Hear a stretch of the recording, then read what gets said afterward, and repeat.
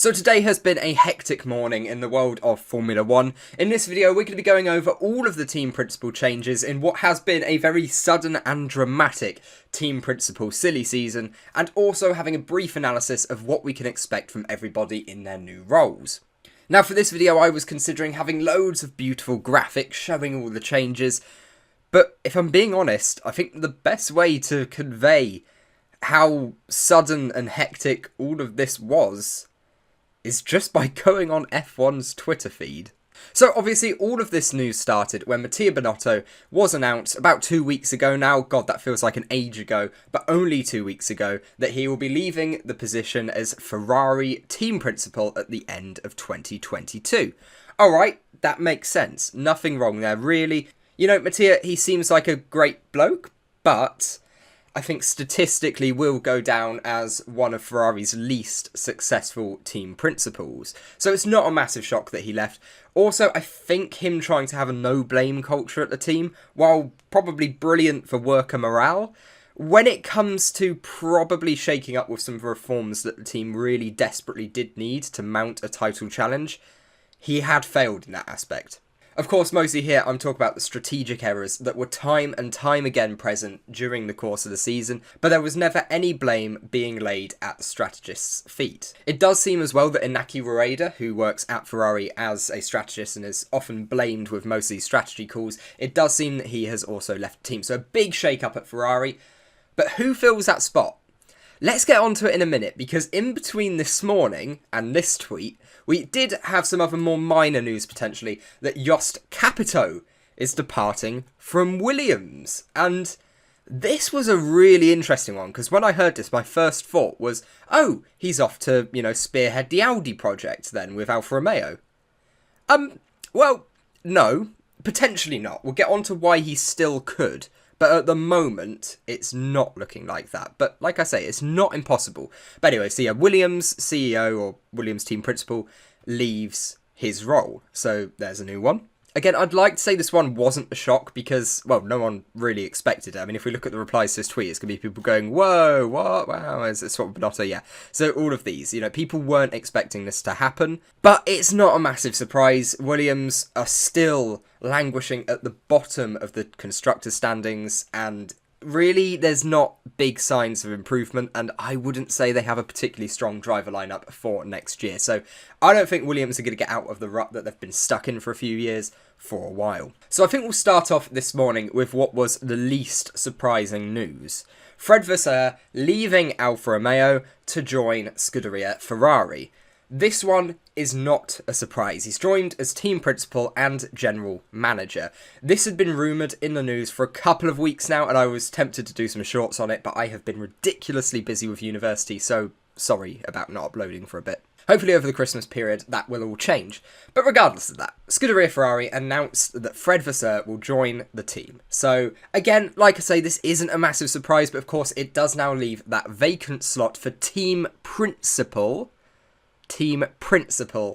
at Alfa Romeo.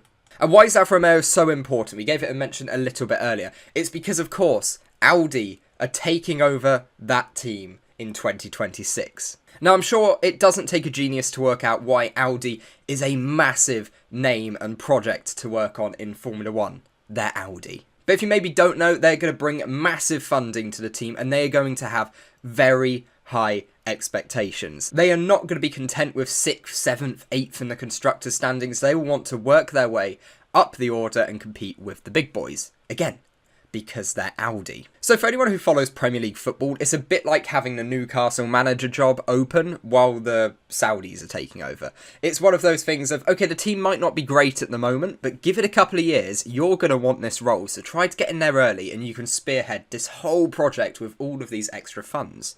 If you don't like football, you probably won't get that. So at this point, we're all sitting here thinking that maybe the best guess for the Sauber group takeover would be Jost Capito, but again, I don't think many people were expecting that. So it was sort of one of those, there's not really any names being floated around at all. And now last night there was a couple of rumours online, and I sat there reading them going, nah, that's not going to happen. That's silly. That's silly. Anyway, so I wake up this morning and I see that Andreas Seidl has left McLaren to join Sauber. Wasn't expecting that. So I think this is probably the shock move. And I think this again just proves my previous point that Audi are big hitters. Now, Andreas Seidl does have links to Audi in the group in the past. So, okay, in hindsight, maybe we should have expected this.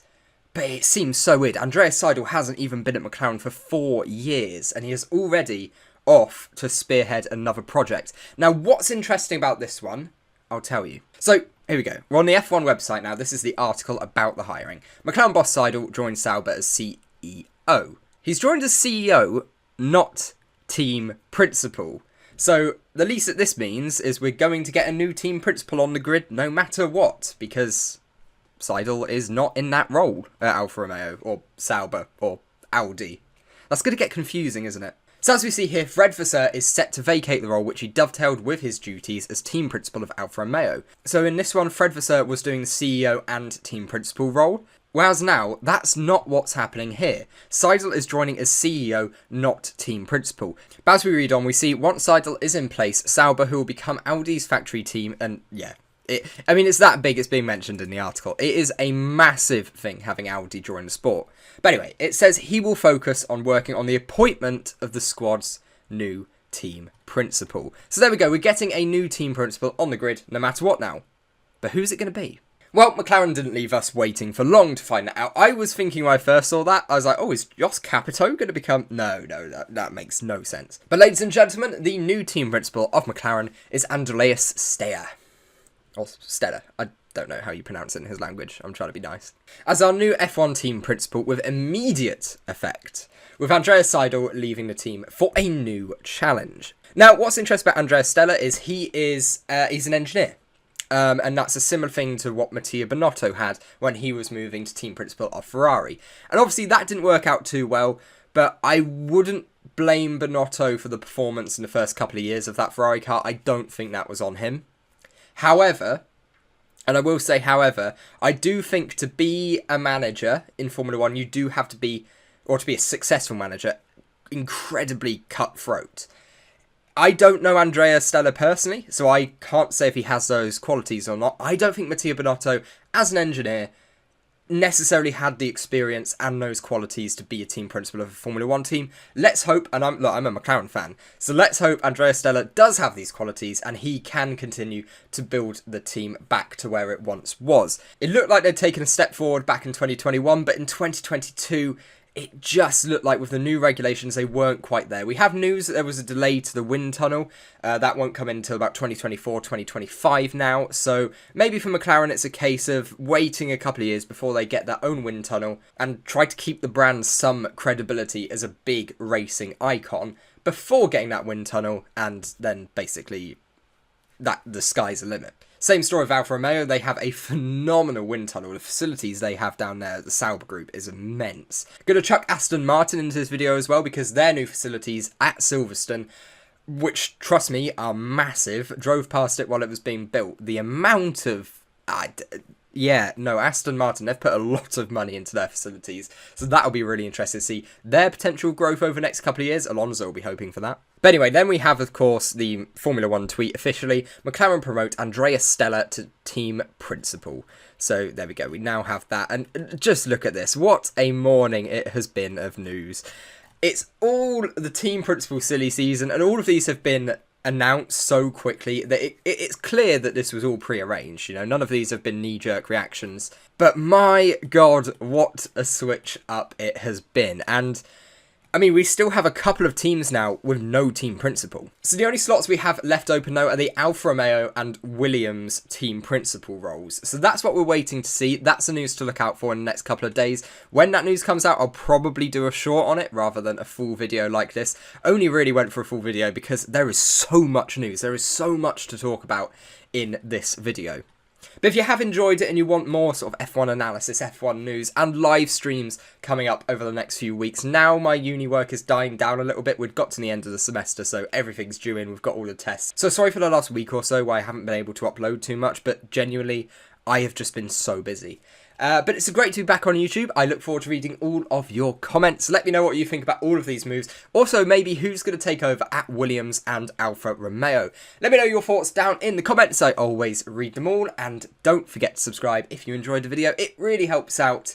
And love you guys. See you later.